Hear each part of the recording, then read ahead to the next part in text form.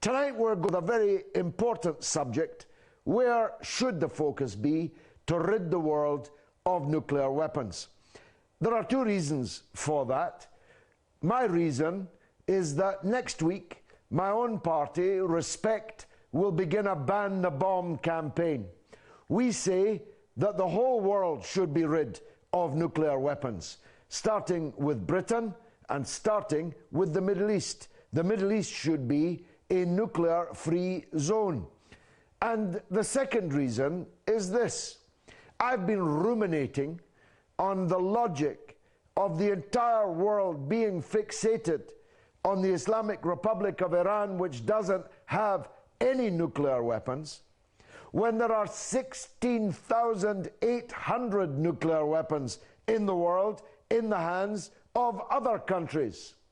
How come the world has been led to the brink of a crisis with Iran, levying sanction after sanction, ostracizing, shunning Iran, when it doesn't have any nuclear weapons, doesn't want any nuclear weapons, has signed the Nuclear Non-Proliferation Treaty, is allowing regular inspections by the inspectors of the International Atomic Energy Agency. How come Iran is the focus of all this aggression, all these acts under law of war, because an economic embargo, a quarantine, putting sanctions on people is, legally speaking, an act of war, when all around Iran there are literally thousands of nuclear weapons? Just on Iran's borders or in its neighborhood, never mind in the rest of the world. There are thousands of nuclear weapons in the region, but the most important and significant in this argument of those are the nuclear weapons in the possession of the Zionist state. Now, the lowest figure that I could find for the number of illegally held nuclear weapons held by the Zionist state is 80. But the figure is almost certainly very much more. 25 years ago, Mordechai Vanunu, the whistleblower who worked amongst the nuclear weapons in the Negev desert at Dimona, he told the Sunday Times, then a prestigious world newspaper, that Israel had in excess of 200 nuclear weapons.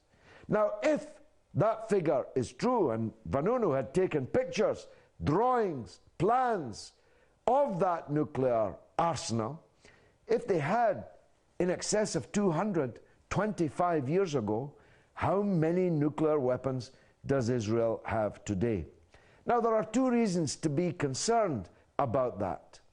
The first is that Israel has a long history of breaking international law, of invading and occupying other people's territories. It has invaded and occupied Egypt. It has invaded and occupied Jordan. It has invaded and occupied Lebanon. It has invaded, occupied, and annexed illegally a part of Syria. So this is, by any standards, a rogue state, a reckless, lawless, lunatic state in possession of maybe hundreds of nuclear weapons. And the second reason for concern is that Israel refuses to sign the NPT, the Non-Proliferation Treaty. It wouldn't dream of allowing a single inspector ever to inspect their weaponry from the IAEA, from the United Nations, or from anybody at all.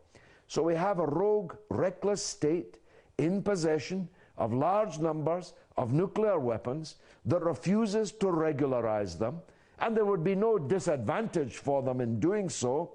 You might argue it would make their security more assured if the world knew for certain how many nuclear weapons they had. There is no reason why they wouldn't sign the Nuclear Non-Proliferation Treaty if it were not the very real and present suspicion that they are busily adding to their nuclear arsenal, entirely in defiance of international law. But there are many, many others. I've got the list here. The United States, of course, has the biggest nuclear arsenal, 7,315 nuclear weapons. And that's a huge reduction, by the way, on what they used to have. They used to have almost 30,000 nuclear weapons. But these are big, powerful, world-ending, civilization-ending, human race-ending nuclear weapons. And of course, they're spread out all over the globe. Countries like Germany, countries like Turkey are the home to United States nuclear weapons. Others are circling the globe in submarines. Others are permanently on board aircraft that are flying all over the world. The United States has intercontinental ballistic missiles by the thousand. By the thousand. And this, as you might see on our video wall, is a cause, ought to be a cause of real concern, especially when the United States is going around threatening people who don't have nuclear weapons. The US started the global nuclear arms race. It's the only country that has ever used nuclear weapons. It killed 200,000 people in 3 days with 2 nuclear weapons at the end of the Second World War, dropping them, of course, on Hiroshima and Nagasaki. And it did so not for any military purpose, but for the purpose of armed propaganda, to send a message to the world that they should be terrified of the United States. Of course, the then Soviet Union quickly caught up, and it too has a huge number of nuclear weapons. 8,000 warheads. It was the second country to develop nuclear weapons. It has the largest arsenal of any country and is investing heavily in the modernization of its warheads and its delivery system. We here in Britain, bankrupt Britain, that can't even keep its old age pensioners warm in the middle of this austerity winter, has found, miraculously, in an announcement just this week, reported in the New Statesman magazine this week, another £250 million to be spent on our nuclear weapons. That's £250 million that could have been spent on the accident and emergency departments in Britain's hospitals that are breaking apart at the seams. And a crisis, an economic and social crisis, grips Britain, but it still has the money for hundreds upon hundreds of nuclear weapons.